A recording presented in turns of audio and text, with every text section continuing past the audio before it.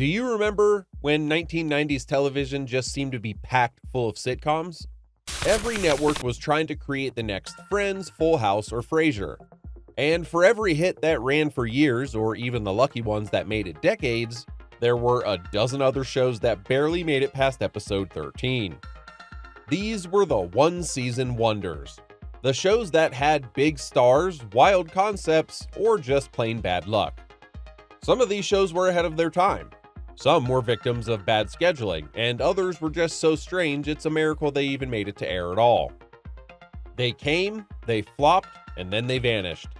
All of them leaving behind theme songs, promos, and a handful of confused viewers wondering, wait, did I dream that show? So today we're going to rewind back to the era of laugh tracks, denim, and doomed pilots, to take a look at these single-season sitcoms of the 1990s that deserved more love, or at least even a proper finale. So grab your remote, settle in on the couch, and let's start the countdown with number 10. Number 10, Muscle, 1995. If you've been a little perplexed by Muscle, here's all you need to know.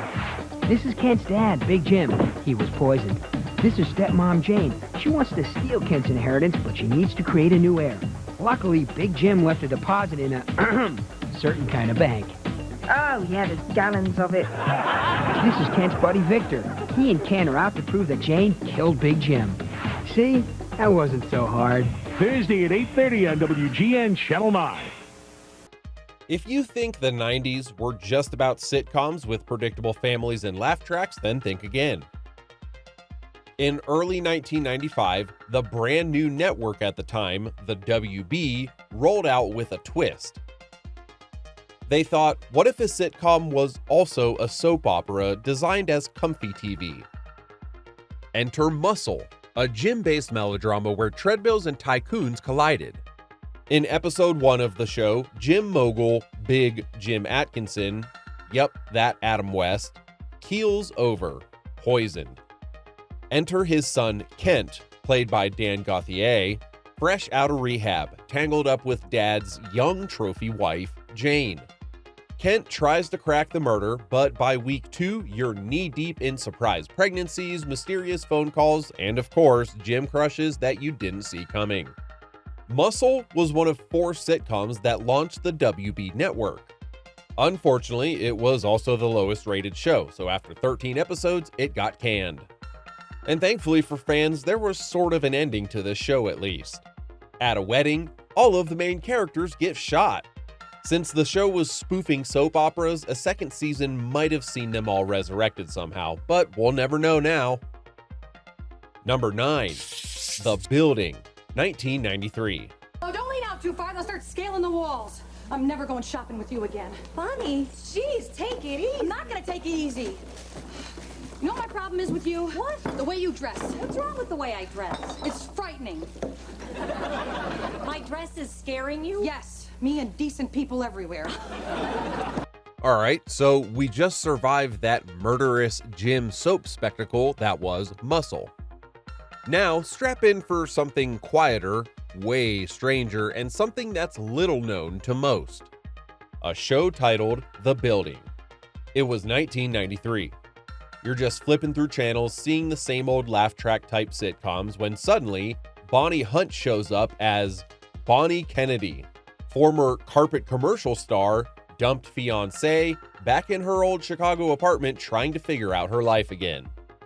It was all pretty unpretentious, very quirky, and packed full of Second City improv vibes. CBS gave her 6 episodes and dropped the show in August. Not the fall lineup, the summer, we'll see what happens kind of slot. Critical love? Yep. Viewers? Well, not enough. Only 5 episodes of this show ever made it to air before it quietly vanished. And get this, that one episode that never aired? Produced but shelved. Meanwhile, Bonnie's next attempt, in Bonnie from 1995 to 96, did slightly better, but still only 1 season and then gone. In its short life, The Building felt like a sitcom you discovered late one night, kind of nodded at and had a laugh or two, and then you forgot you even watched. But for one brief flicker, it offered something more raw.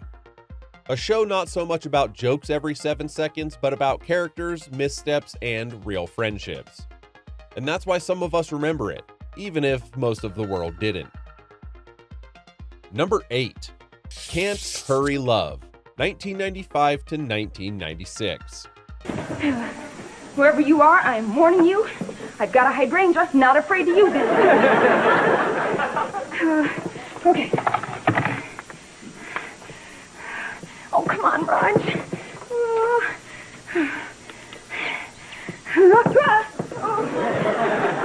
Elliot, is there any help? I need you. Come quick. Sorry it took so long, hun, but I had to find my matching slipper. Speaking of brutal, sometimes even decent ratings can't save a sitcom. That's exactly what happened to Can't Hurry Love, a CBS show starring Nancy McKeon and Mariska Hargitay. This series followed Annie, a single woman in New York, and her friends as they navigate life, love, and friendships. Storylines include the friends playing Truth or Dare, going on blind dates, and organizing a rent strike. CBS launched this show in September of 1995, hoping that their young adults answer to the big-time ensembles. The critics were polite, the viewers were kind of lukewarm. Even with a household rating of 11.4, which was tied for 24th that year, it just wasn't enough. The show bowed out February of 1996 after 19 episodes total and one short but aspiring season. It didn't break hearts though. Mariska Hargitay went on to become a standout star in Law & Order SVU, and Nancy McKeon continued her TV run. But for one flicker of the mid-90s TV fire, Can't Hurry Love reminds us that sometimes the gears just didn't turn fast enough. Number 7. Brothers Keeper, 1998 to 1999. Hello, do you want to buy a magazine to send a boy to camp? Bobby, my God, come in. Oh, okay, but I still want to go to camp. Wow. Oh, yeah. Hey, what's up? Look at you. You're here. I can't believe you're here. Why are you here? When looking back at old viewership numbers, it wasn't weird to see shows like Can't Hurry Love canceled with numbers that today would get a sitcom renewed. Brothers Keeper, which starred William Ragsdale and Sean O'Brien, is a prime example of this. Aired on ABC, this show follows Porter, a history professor, and his football player brother, Bobby. After Bobby lands a huge contract with the San Francisco 49ers, he's required to move in with Porter and Porter's young son to keep his partying ways under control. This show essentially paved the way for 2.5 Men, and Brothers Keeper actually did pretty well. During its whole run, it averaged around 10.7 million viewers. However, that just wasn't enough. One season, 23 episodes, and then it was gone. May of 1999. The finale? Bobby learns that the 49ers cut him. Poof, end scene. Not exactly the superhero ending you expect for a young people in the city style TV sitcom. In an era of endless high fives and freeze frame endings, Brothers Keeper felt like a breath of fresh air. A sitcom that tried using a little bit less canned laughter and a little bit more heart. It may not have lasted, but sometimes the underrated ones are the ones that stick in our memory the longest. Number 6. Over the Top, 1997. Oh, Yorgo, your first vacation. Where are you off to? America! I want to see all your natural wonders. Vegas, Graceland, Dollywood. Well, that's the big 3. I'll bring you a commemorative plate!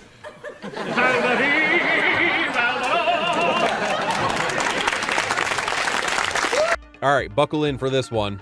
This one's a textbook case of what could have been but wasn't.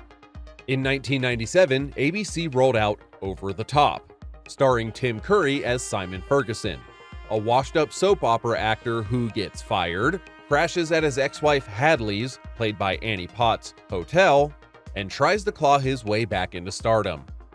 Add in Steve Carell as Yorgo, the wildly over-the-top Greek chef, and boom, you had a functioning cast. But unfortunately, from day one, things were off kilter. rumors quickly swirled. The show apparently got picked up partly because the executive producer and ABC's president were dating at that time. Then the romance ended. The pilot got retooled. Cast members shifted. The setting got flipped to NYC. The premiere date got delayed. Promotion? Not really, there was barely any at all. The show premiered on October 21st of 1997, directly opposite the World Series. 3 episodes aired, then poof, ABC pulled the plug. Production stopped. In a decade of sitcoms that were built for longevity, Over the Top is a quick flash. Dazzling cast, big ambition, but misfires everywhere. But, maybe that's the charm. A show that was so short-lived it became a cult footnote long before Steve Carell became a megastar. And, honestly, not every TV show gets a nice bow. Some vanish before you can even say, watch this. And Over the Top is one of those. Number 5. Sydney, 1990.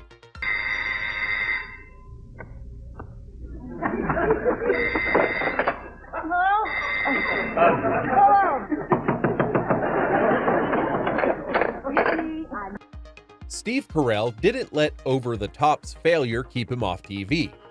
The same could be said for Matthew Perry, who co-starred in Sydney, a CBS show from 1990. With Valerie Bertinelli as Sydney, this sitcom follows the daughter of a policeman who runs her own detective agency. Matthew Perry plays her overly protective brother, while Craig Bierko is Sydney's agency client and love interest. Sydney's ratings weren't good enough for CBS, and according to Valerie Bertinelli, the show had a lot of problems. Matthew Perry eventually landed on Friends in 1994, while Bertinelli has said that Sydney's cancellation led to the birth of her son. After she heard the news that the show was ending, she turned to Eddie Van Halen, who was her husband at the time, and said, "I'm 30. We're either gonna do it now or not." Wolfgang was born in 1991. Number 4. Billy, 1992. David, I want you to look me in the eye and tell me you're not smoking. Mom, I'm not smoking.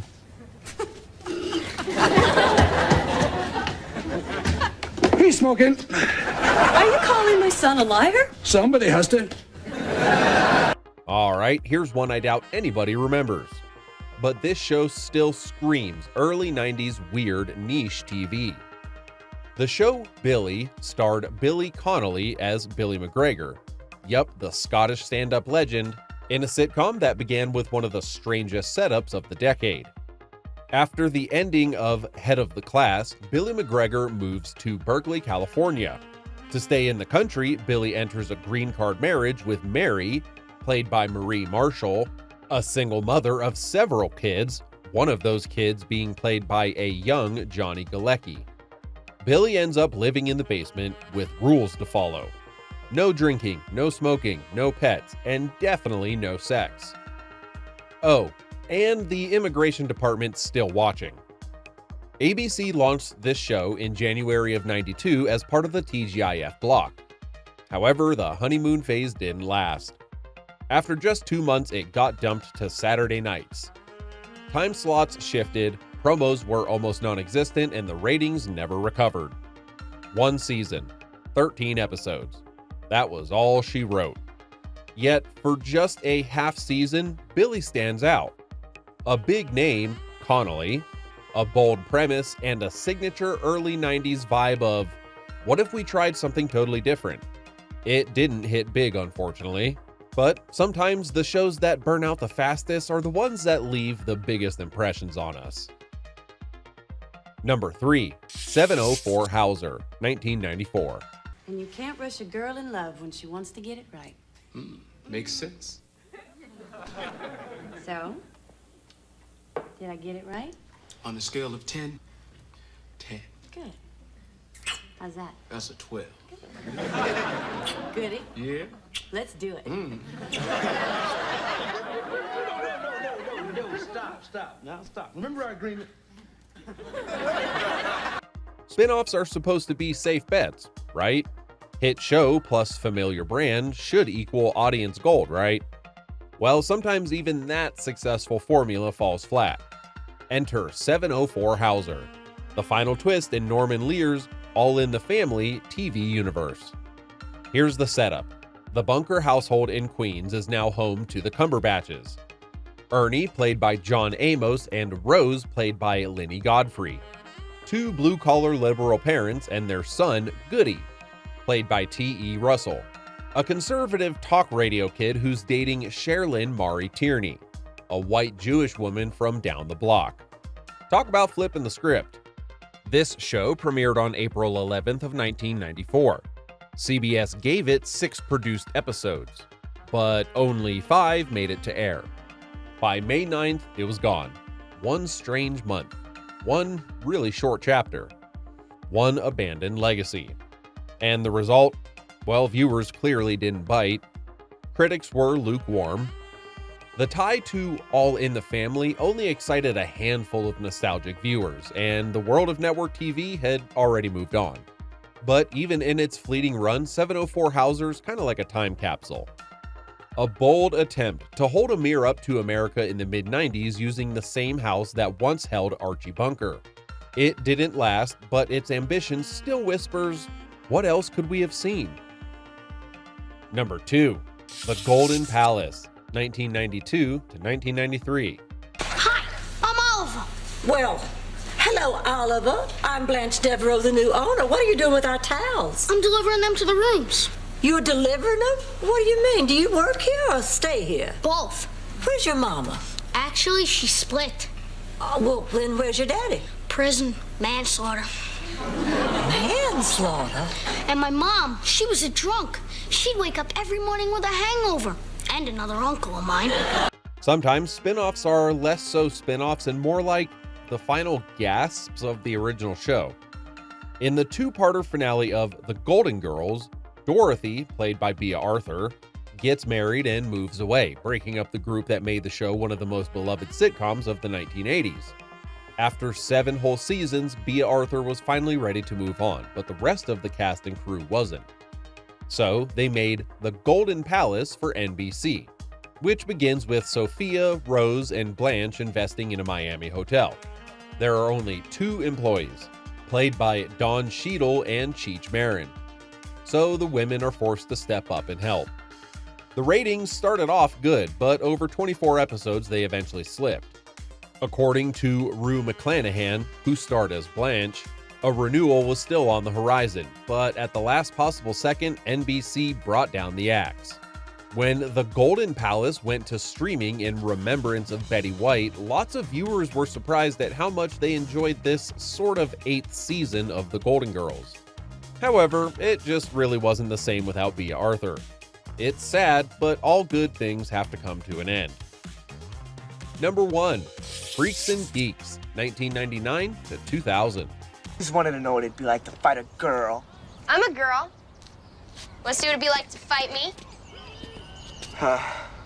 Weird sister has to protect him. I'm not protecting him. Just trying to figure out why it is you need to pick fights with guys who weigh less than 100 pounds. Watch out, Ellen. I think she's high on pot. Yeah, I might just go psycho on you. Some TV shows come along and the world simply just isn't ready for them. And I think that is what most fans of Freaks and Geeks would say about this show. Premiering in 1999 amidst the fears of Y2K and the promise of a new millennium, Freaks and Geeks followed wannabe teenage rebel Lindsay, played by Linda Cardellini, and her younger brother Sam, played by John Francis Daly, as they joined friend groups known as the Freaks and the Geeks. Spearheaded by Paul Feig and Judd Apatow, Freaks and Geeks was different from other sitcoms. This show was trying to capture high school in a realistic light. Awkward, uncool, and painful. Even though the show got great reviews, NBC didn't seem to understand the vision, and they kept moving it to different time slots. When the creators built a website to help fans track when the show would air, NBC allegedly refused to share the URL. They said, allegedly, that if people knew the internet existed, that they would stop watching TV. And would you look at that? I technically guess you could say they were right. When the show got canceled, NBC wouldn't air the last 3 episodes. Those ended up eventually on the Fox Family channel. While the end of Freaks and Geeks was rather heartbreaking, it did help to launch the careers of just about everyone involved, to include Seth Rogen, Jason Segel, and Busy Phillips. NBC just didn't know what to do with the show, but at least the fans have one season of what many consider one of the best shows that television ever made. And there you have it. 10 sitcoms that barely made it a year or one season, but somehow still left a mark. Some of these shows were ahead of their time, but some were just doomed from the start. And others were just one bad time slot away from becoming classics. But I guess that's what makes all of them kind of special, huh? They remind us of a weird and wonderful era of TV when networks took big swings. And sometimes those networks struck out in spectacular fashion. Maybe you remember watching a few of these back in the day, or maybe this list sent you down a whole new rabbit hole of forgotten 90s TV gems. Either way, we'd love to hear about it. Let's talk. Which of these short-lived sitcoms do you think deserved a second season? Let us know your picks in the comments below. If you did enjoy this trip through TV history, please hit that like button. And subscribe to the channel if you haven't already, so you can be around for more deep dives into the shows that shaped those 90s nights. Thanks so much for watching. And remember, even the flops deserve a little bit of rerun love.